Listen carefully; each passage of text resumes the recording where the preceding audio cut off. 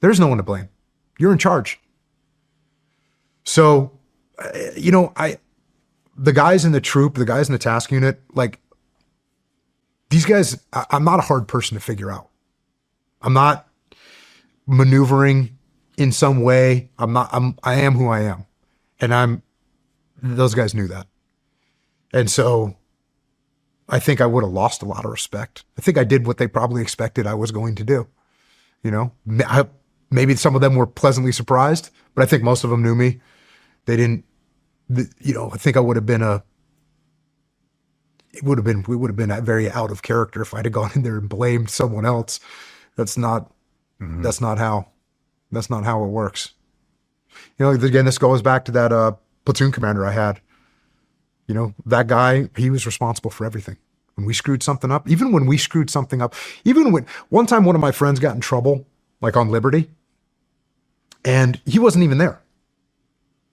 And he's like, yeah, I should have seen this coming. I was like, check. So, when things go wrong, you better take ownership of it. And they certainly went wrong in that scenario. And, there's another, the Commodore of Group 2 at the time, who was a guy that was a legendary leader in the SEAL teams. And he had been a Marine in Vietnam. And he had come in at the tail end of Way City. And I can't remember if I talked to him or if he emailed me. But he said something along the lines of, hey, Jocko, I don't know if you know about me. Yes, I know about you, sir. I was in the tail end of Way City in Vietnam. I saw, he was one of those guys that made it very clear that he was not in the Battle of Way City, but he showed up there afterwards, or he's at the tail end of it. And he said, he rattled off the percentage, like a third of the casualties in Way City were fratricide. That's just one battle. It's like this complicated stuff. And it was the first, he let me know, like, okay, this is war. Mm-hmm. And by the way, the Army, like that battalion commander, Blue on Blue was a part of Ramadi. We think of in the SEAL teams, we think of Blue on Blue, it's like you're getting kicked out of the SEAL teams. Like if you and I are running around with Sim and I shoot you, there's a decent chance I'm getting kicked out of the SEAL teams. Mm-hmm. Like that's how much of a mortal sin it is. And the Army and the Marine Corps, they're like, it's just like, we have to mitigate it as much as we can, but if you can't, it can happen. This is part of it. It's part of it. And it's a horrible part of it. And look, we had other Blue on Blues that potentially could happen. We had shots fired, but we never had it escalate like that one did. And that's because we learned a lot of lessons from that one. And we prevented all kinds that never escalated at all, that never happened. But, it's one of those, it's funny, we in Extreme Ownership, Leif and I were writing our kind of chapters independently. And it ends up, there's 3 chapters in there that are about Blue on Blue. One of them was Chris Kyle with a PID on a guy with a scoped weapon. And he's telling Leif, like, hey, I got a guy with a scoped weapon in this building. Is there any friendlies in that building? And Leif's calling the company commander, hey, do you got any friendlies in this building? And the guy's like, no. He's like, we got a guy with a scoped weapon. He's like, kill him. Because there's snipers that are killing Americans. And Chris like didn't quite feel comfortable. And Leif was like, hey, he's saying we're cleared, and goes back and forth. And finally Leif's like, hey, we don't feel comfortable taking the shot. And the guy's kind of pissed. And this is a great company commander. Guy's kind of pissed. And he's like, okay, well, we'll go clear it. And Leif's like, Roger, we got, we'll tell you what we see. And a few minutes later, the Army goes to assault that building, but they come out of the building that they were going to assault. They didn't know we miscounted the buildings or they miscounted the building. I forget what it was, but that right there, man, if Chris could have shot one of friendlies, but we had to be so careful about these engagements. Yeah. And then there was another one that I wrote about where we had a sniper element on a rooftop, and there's a Bradley fighting vehicle on a intersection. And he calls back like, hey, we see bad guys on the building of building 48J or whatever the building was. And the company commander's like, you got any guys on that building? I'm like, hold on. I'm like, because it's, multiple guys with scope weapons on top of a building. I'm like, do me a favor. Have the Bradley count the number of buildings he sees till he gets to that target. And he's like, what? And I go, please.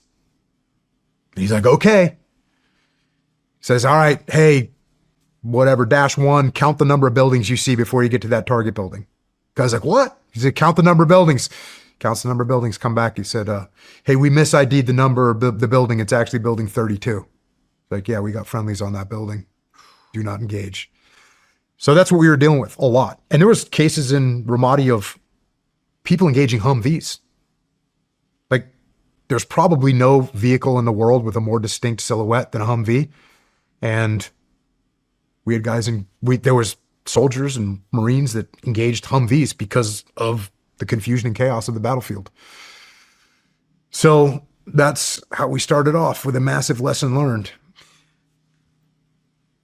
With a lesson learned like that, and you took ownership of that. I mean, and this is advice for future leaders in war. I mean, how do you brush that off and get your head back in the game? Well, what are we going to do to prevent it? Like, we got lessons learned. And, I think when you're shooting head plates and you miss one, if you start thinking about the one that you just missed, you're going to miss 2 more. Mm-hmm. And I think that's a really important thing to be able to do with other factors in your life of, hey, look, this happened. It went bad.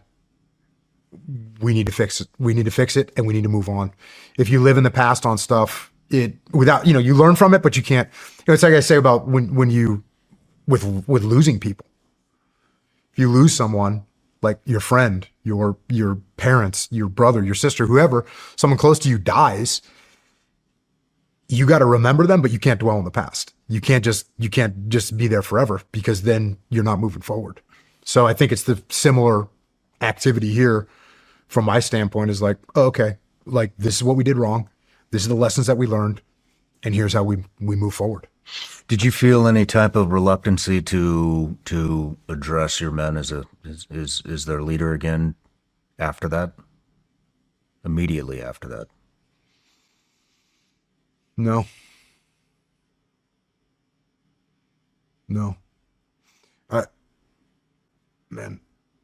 I was really close with these guys, mm-hmm. up and down the chain of command.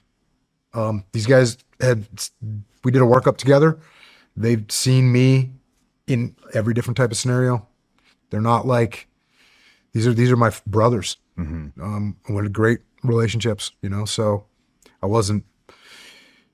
if I would have blamed one of these guys, I would have been ashamed to show my face. Mm-hmm. You know what I mean? Mm-hmm. But they were more like, hey, this wasn't your fault. I'm like, yes, it was. Like, they've tried to re-explain to me, Well, the other thing is they're all thinking, he's got our fucking back. And that's really definitely one of the most important attributes of a good leader, is knowing that your boss has your fucking back. Yeah. Yes, it is, absolutely. And you got to know that they have your back. And this is one of those things where it turns into, or you have to watch out. Because if you work for me and your impression of me that I give you is that no matter what you do, I'll cover for you, now we get into a bad zone. Because you have to know that if you do something that's immoral, illegal, or unethical, I'm not going to have your back. Now, if you explain to me what happened and what went wrong, and you had what we learned from the Army, which is a good shot, bad result, 100%.